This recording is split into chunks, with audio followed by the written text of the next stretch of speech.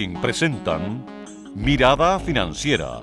La periodista Paulina Yarur analiza los principales hechos que mueven a los mercados financieros de Chile y el mundo. ¿Cómo están? Bienvenidos. Comienza a esta hora Mirada Financiera aquí en Radio Infinita en este lunes 11 de mayo de 2015, un lunes bastante noticioso a partir de las 9 de la mañana, este cambio de gabinete que había anunciado la presidenta Bachelet hace algunos días atrás en una entrevista televisiva. Y tenemos varias sorpresas con respecto a este nuevo gabinete. Vamos a estar hablando esencialmente del nuevo ministro de Hacienda, su perfil, sobre su capacidad de restablecer las confianzas, que es lo que hemos estado conversando aquí en este programa. Estoy para todas esas conversaciones y todos esos detalles y todos esos dimes y diretes con Javier Latorre, economista de la Universidad San Sebastián. ¿Cómo estás, Javier? Bienvenido. Muy bien, Paulina, ¿cómo estás tú? Muy bien. Qué bueno. Muy celebrada en el día de ayer, así que doy las veras. Gracias. Exactamente, mis hijos se pasaron. Feliz día atrasado para ti y gracias. para todas las mamás que nos escuchan. Exactamente, Sí, y para mi madre, que es una fiel auditora de este programa. Nos vamos a los mercados, vamos a ver cómo están funcionando a esta hora. Tenemos el Nikkei de Japón, que avanzó en el día de hoy un 1,25%, el Hang Seng de Hong Kong un 0,51%, y la bolsa de Shanghái, fíjate, que tomaron bien los nuevos mini estímulos que dio el Banco Central chino con respecto a la situación, ¿no es cierto?, de una política más expansiva. 2,90 la bolsa de Shanghái. Nos vamos a Europa. El FTSE 100 de Londres descendió un 0,24. El CAC 40 de París también abajo, un 1,23. El DAX alemán también abajo, un 0,31. Y el IBEX 35 de España arriba, un 0,18%. ¿Cómo está Estados Unidos? Resultados mixtos hasta esta hora. El Dow Jones 0,31 a la baja, Standard & Poor's también a la baja, un 0,24%, y Nasdaq positivo, un 0,06%. En Santiago la bolsa está subiendo a esta hora, un 0,88%, lo hace el IPSA, y el IJPA también aumenta un 0,83%. ¿Qué pasó con el cobre en el día de hoy? Tuvo una baja de un 0,52%, la bolsa de metales de Londres llegando a $2,88. Y el dólar tuvo un alza de 5 pesos con respecto al cierre del viernes. Comprador 6,9,95 y vendedor 6,10. ¿Por dónde partimos? Yo me imagino que por el cambio de gabinete. Yo creo que es la noticia que ha estado marcando los distintos portales, los distintos noticiarios, y yo obviamente que vamos a hacer un comentario en especial, no solo no de la parte política, sino que más bien de la parte económica, este cambio que tiene del ministro Alberto Arenas, y deja su cargo y entra en su lugar Rodrigo Valdés Pulido. ¿Quién es? Rodrigo Valdés Pulido, del partido PPD, es ingeniero comercial de la Universidad de Chile y PhD, que significa doctor en economía del MIT de Estados Unidos. En marzo del año pasado fue nombrado por el propio Alberto Arenas como presidente ejecutivo de Banco Estado, luego de desempeñarse como economista jefe para la región andina de BTG Pactual. Valdés también formó parte del Fondo Monetario Internacional y también del Banco Central, y fue asesor principal del Ministerio de Hacienda entre el 2000 y el 2001. No es un desconocido para el Palacio de Gobierno. ¿Qué te parece el perfil? Ha sido, la verdad que estaba leyendo algunas declaraciones, sobre todo desde el ámbito de los gremios empresariales. Ha sido muy bien recibido la postura de este nuevo ministro de Hacienda. A ver, efectivamente es difícil que alguien con los pergaminos académicos y profesionales que tiene Rodrigo Valdés no sea necesariamente bienvenido por parte del mundo empresarial, porque él, tal como tú señalabas, es alguien que ha estado trabajando ya, por una parte es presidente del Banco Estado, pero también ha tenido una serie de otros roles, entre ellos el del Banco Central. Tú lo señalabas, fue gerente de estudios del Banco Central, también fue economista senior del Banco Central, trabajó en Estados Unidos para un banco de inversión, para el Barclays, sí. Y por lo tanto estamos hablando de una persona que se ha desempeñado en el sector privado y en el sector público. Es doctor del MIT, es doctor en economía del MIT, y por lo tanto es un profesional que uno podría señalar. Yo no lo conozco, no he tenido nunca una conversación de tú a tú como vaya a poder afirmar esto, pero todo me hace intuir que es una persona que cree en el mercado, que cree en el funcionamiento de los mercados. Bueno, y también una persona un profesional serio, de una trayectoria reconocida, y por lo tanto vamos a ver cómo se desempeña, si finalmente tiene todas las condiciones tan establecidas. Es hoy día la persona que le va a tocar llevar las finanzas del país en adelante y por lo tanto tiene, desde mi perspectiva, dos grandes temas. Uno es de la lógica política, porque él, al ser ministro, algo que dijeron muchos quienes eran técnicos y se fueron a trabajar en el gobierno anterior, decían: ahora yo soy político. O sea, el minuto que toman un cargo de la envergadura de ministro se convierten en políticos. Y también tiene, desde la dimensión técnica, también unos desafíos bien importantes. Bueno, con respecto a lo que tú dijiste, que había trabajado en el Banco Central, ahí vemos, ¿no es cierto?, una cercanía no solo con el mercado, sino que con la política monetaria, la importancia de mantener los balances estructurales también. Yo creo que es muy interesante. Sabemos, ¿no es cierto?, que durante este 2015 vamos a estar pasados con respecto a... Y bien pasado. Bien pasado, porque se preveía en el presupuesto un déficit de un 1,9, vamos a estar entre un 3 y un 3,5, sobre todo, ¿no es cierto?, porque la proyección de crecimiento para este año, ¿te acuerdas que se hizo el presupuesto con un 3,6 y la proyección de crecimiento para este 2015 no solamente... Seamos optimistas, por debajo del 3%. 2,5, más o menos. O 2,5, 2,7, pero finalmente es por lo menos un punto de crecimiento. También un presupuesto con un precio del cobre bastante más alto del que estamos teniendo hoy en día. Entonces, obviamente que vamos a tener que adecuar bien la billetera fiscal, ¿no es cierto?, los gastos, porque tenemos una menor recaudación, y obviamente que vamos a tener que hacer una serie de programas sociales que están desarrollando y que tiene que tener el gobierno. Otro de los temas, Javier, que vemos cómo el gasto público del gobierno ha estado creciendo de una manera bien importante, un 10% anual, y se dice, ¿no es cierto?, que gran parte del empleo que se ha generado en estos últimos meses ha sido no se dice, eso así lo consignan las estadísticas del INE, efectivamente. Hay un aumento, ¿no es cierto?, en empleo fiscal. El empleo fiscal, el empleo público, el que más ha crecido. Bueno, ahí está, me dejaste puesto. Dale, te dejé todos los argumentos para que tú hagas el análisis. Para poder decirte, no, si no es un análisis, es probablemente el mismo análisis que muchos han hecho. Mira, a ver, desde la perspectiva política, yo creo que se viene precisamente este ámbito cruzado con la perspectiva técnica. Yo creo que él probablemente tiene claro qué es lo que debiera hacer. Vamos a ver cuánto espacio y ámbito de acción le dejan para ir en esa dirección. Y obviamente ahí tiene una mira política. Por lo pronto, efectivamente, aquí hay un tema de control del déficit. Como te decía el jueves pasado, ya nos hemos ido acostumbrando al que podría yo casi sin temor decir hoy día es un déficit estructural. Pasamos de tener un superávit estructural a tener un déficit, y ahí hay un trabajo que hacer.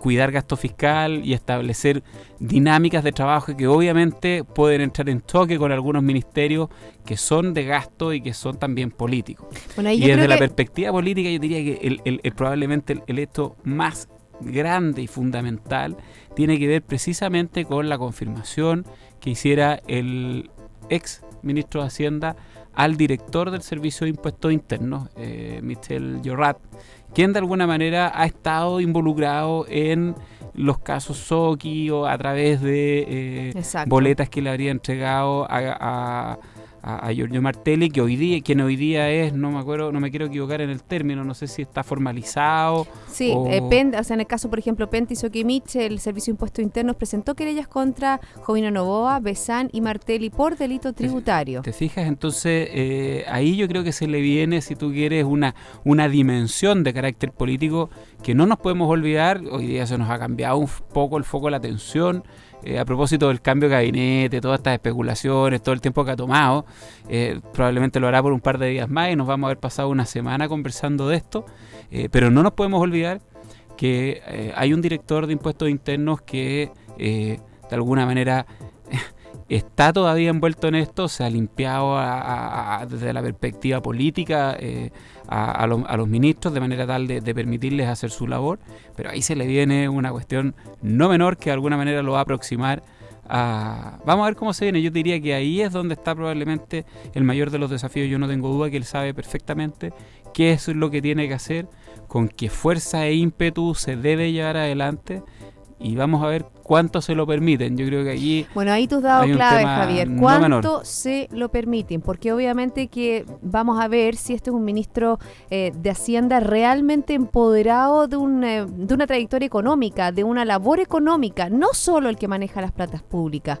no solo el que administra las finanzas, sino que el que conduce el sistema económico de nuestro país, es decir, el que logra la coordinación, ¿no es cierto?, con distintos agentes que tú decías, todo lo que es el Ministerio de Economía, todo lo que es el Ministerio con el de Ministerio del Energía, Trabajo en esta otra con el vuelta. Ministerio del Trabajo, ¿no es cierto?, que hay también un giro, sale Javier Blanco y entra Jimena Rincón. Hay un enroque de Hay un ministro. enroque de ministerio, y que lo conversábamos antes del programa, que tú veías con buenos ojos, ¿no es cierto?, la llegada de Jimena Rincón al Ministerio del Trabajo. ¿Por qué? Por ese lado político que ella tiene, porque en este minuto la reforma laboral está en el Congreso y viene muñequeo al interior del Congreso Nacional. O sea, mira, yo como te digo, y como te comenté justo, claro, antes de entrar, efectivamente veo con bastante buenos ojos. Me gustaron las declaraciones de Jorge Burgos, en el sentido de decir que este es un ministerio, un gabinete que debiera establecer mayor diálogo, mayor comunicación, y en ese sentido, como al menos como estilo, me parece bien. Rodrigo Valdés se va a tener que coordinar mucho con, como bien decías tú, economía, también con educación, donde también hay otro economista que de alguna manera va a tener que sincerar estas cifras respecto de los costos y la conveniencia de cuando se entre en una política más bien no restrictiva, pero no de este crecimiento tampoco desmedido, pero que no se condice con la realidad de crecimiento del país, de que ha tenido el gasto público el último tiempo. Va a tener que coordinarse. Y Jimena Rincón en trabajo, lo que yo te decía es, ella va a estar fuera. O estuvo fuera del armado de la reforma laboral, y por tanto mi impresión es que va a tener un poco más de va a tener mayor frialdad que alguien que participó en el diseño, para efectos de eventualmente hacer modificaciones de cara a la discusión que se viene, que es la discusión parlamentaria, con la opinión de todos los involucrados, esto desde la CUT hasta los gremios empresariales. Fíjate que tú hablabas de restablecer las confianzas, y hemos visto, por ejemplo, cómo no solo el nuevo ministro va a ser importante su labor de coordinación al interior del gobierno con los distintos ministerios, nos faltó el Ministerio de Energía, es crucial lo que hay que hacer en materia energética en nuestro país. Y también obviamente que ahí está una persona que está muy ligado también al ambiente empresarial, que ha sido empresario, que estamos hablando de Máximo Pacheco, y que ya recientemente se le dio un nuevo impulso a todo lo que es la agenda energética que tiene nuestro país.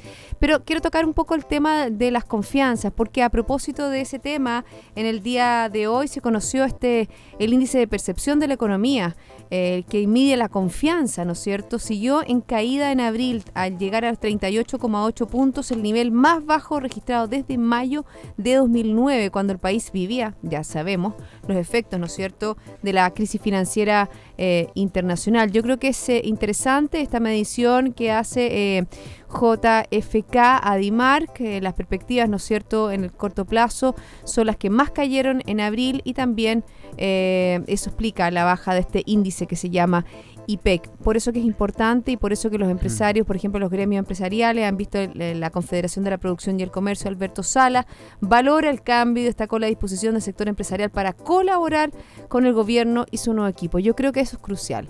Espero que no sea una palabra de buena crianza, y espero que este sea un punto de inflexión donde las distintas partes que son necesarias para crear un ambiente propicio al crecimiento se pongan de acuerdo. Sí, bueno, y lo otro que, complementando, porque tú ya lo señalabas ahí muy bien, te diría yo que esta pérdida de confianza de los consumidores también ocurre en un contexto. Si finalmente nuestras expectativas no solo tienen que ver con la situación específica, sino que también se determinan en base al contexto. Y hoy día hay una, comillas, crisis de confianza en las instituciones, partiendo por la institución política. Hay una desconfianza de la gente en general por la figura presidencial, por el rol de la presidencia, los mismos ministros. Eso motivó este cambio, por lo tanto no es de extrañarse que también tengan una desconfianza desde la perspectiva de qué es lo que les depara el futuro, porque todo esto lo que genera esta incertidumbre, o esta desconfianza, también genera incertidumbre respecto de por dónde van a ir las medidas. Yo creo que el cambio lo lloraba el gabinete, o sea, se hacía absolutamente necesario, se esperaba esto.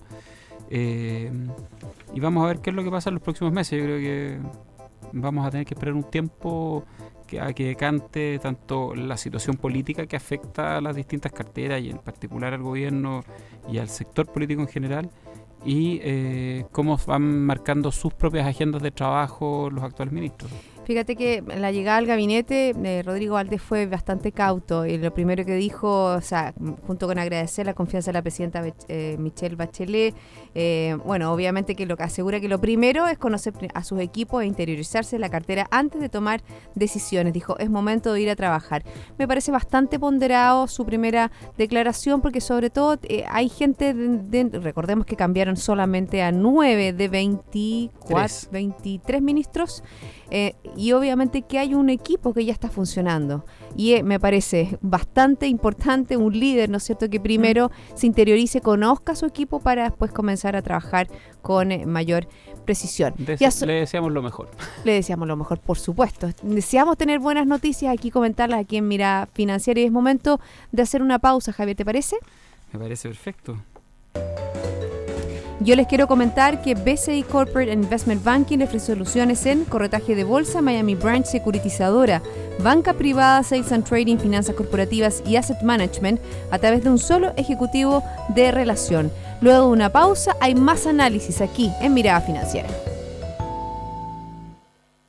BCI Corporate and Investment Banking, un socio estratégico con un modelo de atención integral único y un banquero de relación que le entregará las mejores soluciones ante desafíos complejos, avalado por un banco con más de 75 años de experiencia en el mercado. BCI Corporate and Investment Banking. Sentémonos a conversar.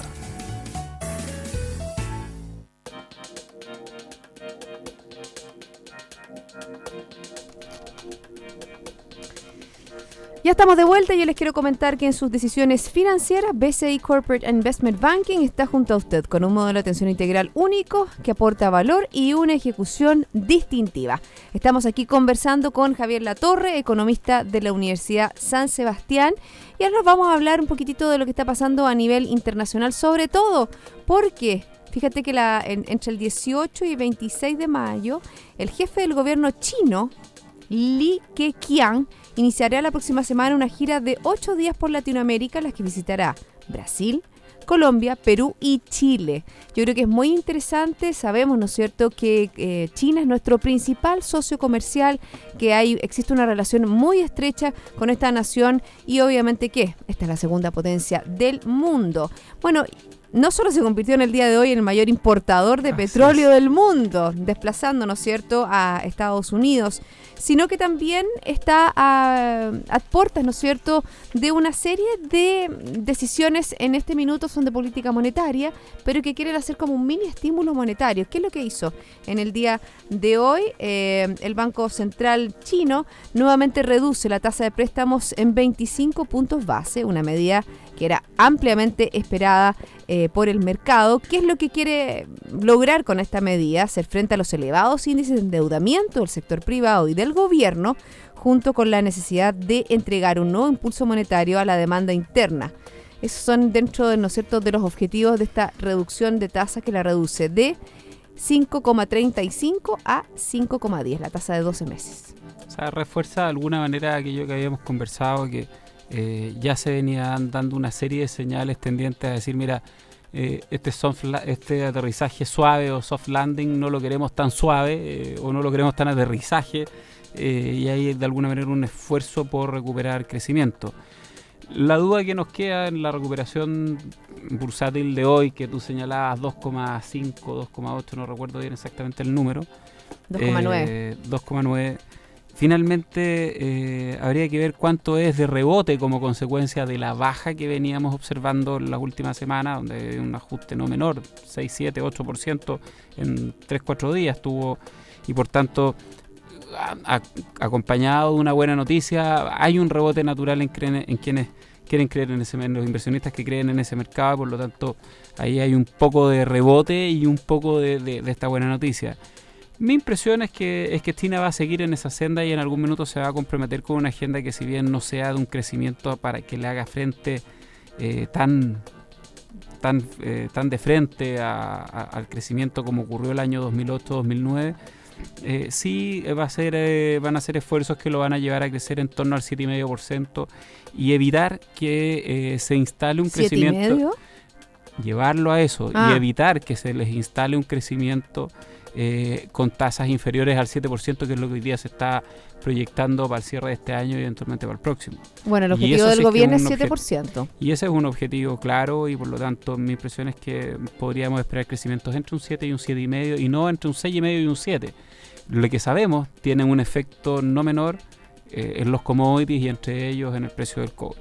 Bueno, y con respecto a lo que tú decías y la importancia, ¿no es cierto?, de esta visita, ¿no es cierto?, del Liquiquiao, pero antes, hoy día también se conoció el IPC en China y fue de un 1,5%. Se esperaba un 1,4%, pero obviamente que no refleja un aumento mucho de la demanda. Yo creo que por eso la razón, ¿no es cierto?, del Banco de esa nación a bajar la tasa de interés, ¿no es cierto?, para producir un mayor actividad económica que les asegure un crecimiento que le permita también sostener parte de las expectativas de la población. O sea, aquí no hay que olvidarse que finalmente China es una sociedad bien particular, es una sociedad hoy día en un modelo capitalista, pero políticamente hablando sigue siendo comunista, liderado por un partido muy fuerte, con mucha restricción a las libertades de las personas. Aquí no cualquiera puede moverse del campo a la ciudad o cambiarse de una ciudad a otra, trabajar libremente como estamos acostumbrados o lo concebimos nosotros.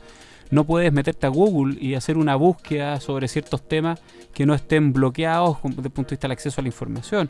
O sea, la verdad que a nosotros nos resulta muy distante, bastante particular, pero la verdad que esa es la realidad de China y en ese contexto la verdad que contener las expectativas de calidad de vida o de mejora en la calidad de vida de la población pasa a ser un tema relevante para quien esté al mando de ese país. Estaba mirando los papeles que tenías encima de la mesa, sí. No alcancé a leer, pero yo intuyo que tiene que ver con los resultados operacionales de las empresas en Estados Unidos, ¿no, Javier? Bueno, ya que estamos afuera, pasémonos de un continente a otro. Exactamente, la semana pasada la verdad que no fue tan una buena semana en Estados Unidos. Tuvimos resultados bastante dispares, vemos como el mercado laboral aún no logra, ¿no es cierto?, esa solvencia que busca, ¿no es cierto?, la presidenta de la Fed, Janet Yellen. A ver, rápidamente para no alargarme en los resultados empresariales, comentábamos el otro día que más de 300 empresas habían reportado. La verdad que al día viernes iban reportadas 436 de 500. Esto es el 90% de la capitalización bursátil, o sea, aquí ya prácticamente está jugado el desenlace. ¿Cuál fue el resultado final? 2% de incremento en las utilidades de las empresas y una caída del 4,1% en las ventas. Estos resultados empresariales son malos. O sea, aquí no hay espacio para buenos o no, son malos. Si descontamos el sector financiero, nos vamos prácticamente a cero desde el punto de vista de crecimiento. El otro día, con un número menor de empresas, estábamos... ¿Te acuerdas que hablábamos del 2%? Del 5 y el 2 y algo. Sí. Entonces, si le quitamos ahora los resultados financieros, nos vamos prácticamente al cero. Y puede que quede un poquito en rojo. No he hecho el cálculo todavía, no alcancé. Y la verdad que malo. ¿Quién no estuvo tan malo o qué sector destaca a propósito de lo que tú señalabas? El sector retail. El sector retail dentro de los grupos industriales es quien ha tenido uno de los mejores desempeños y por lo tanto, y eso está asociado básicamente a la confianza del consumidor, a los datos de empleo que lo comentábamos, si bien no son del todo positivos, la verdad que son ostensiblemente mejores que los que demostraba Estados Unidos hace 2, 3 y 4 años cuando estábamos en plena crisis. Por lo tanto, ha habido una mejora. Disminuye la velocidad o el ritmo de la mejora, pero tenemos una línea base que es muy superior a la que habían trimestres y semestres atrás. ¿Hay alguna explicación de esta baja tan importante en las ventas? A ver, la verdad que aquí tiene que ver la confianza del consumidor, por ejemplo, ha aumentado en Estados Unidos. Te contesto al tiro y de forma muy práctica. Mira, lo comentamos el día jueves. estos resultados empresariales se dan en el contexto de un dólar más fuerte. Cuando la moneda local se aprecia de manera importante, como ha sido el caso del dólar, las compañías que tienen operaciones fuera de Estados Unidos, en este caso, que es la mirada que hay que dar, transan fuera en las monedas que se en euros o en pesos chilenos. Por ejemplo, pensemos en una compañía norteamericana que tiene operaciones acá.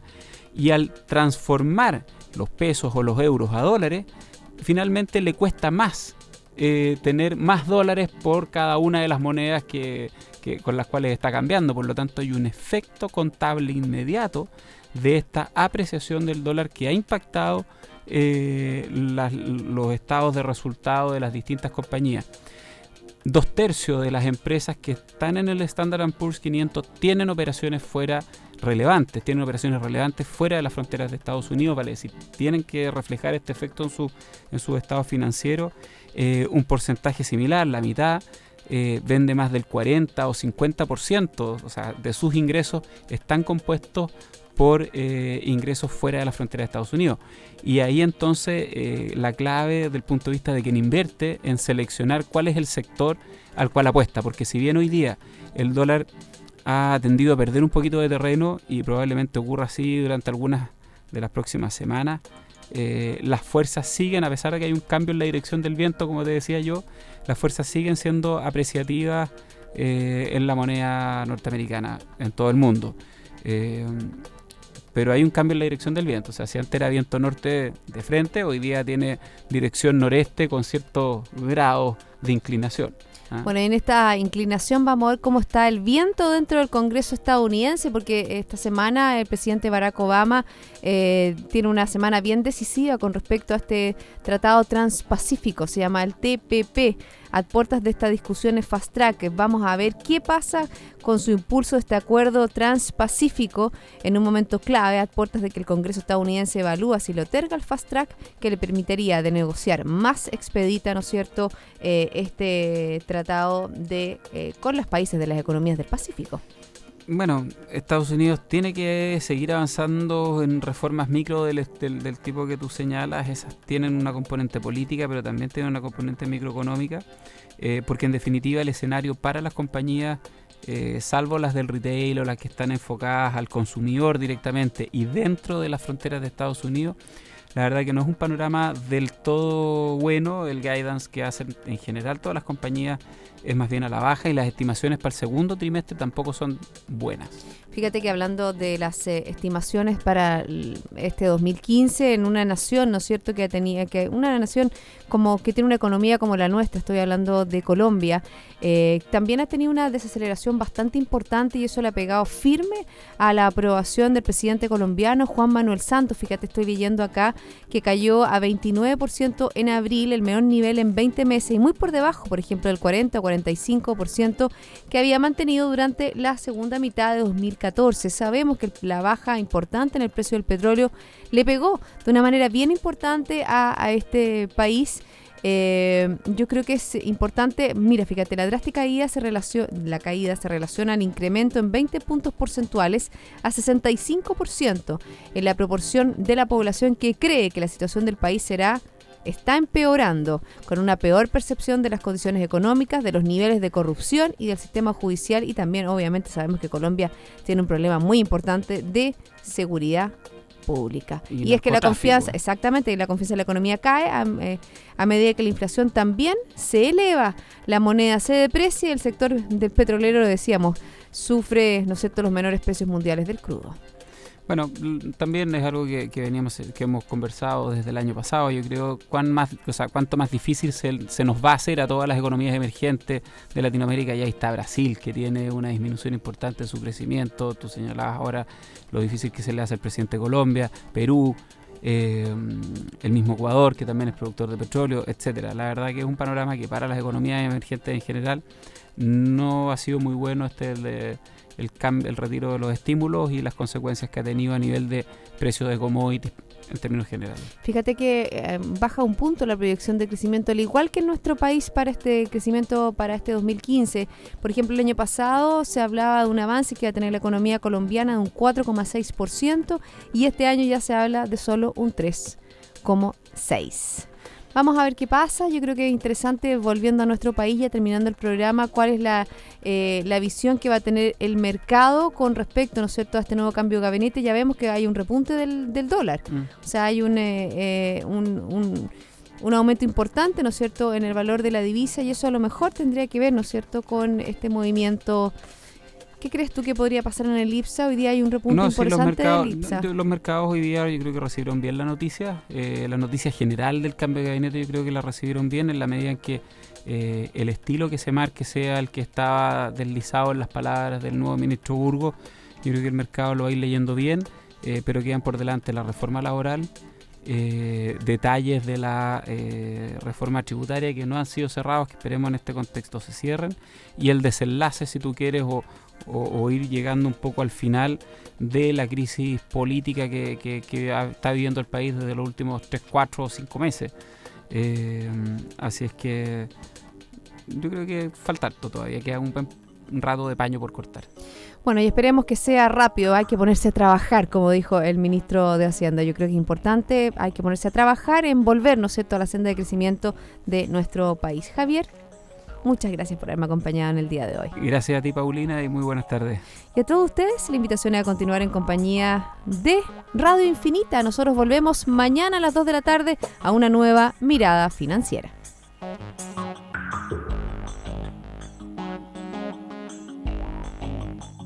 Radio Infinita, idioma universal, con el auspicio de BCI Corporate and Investment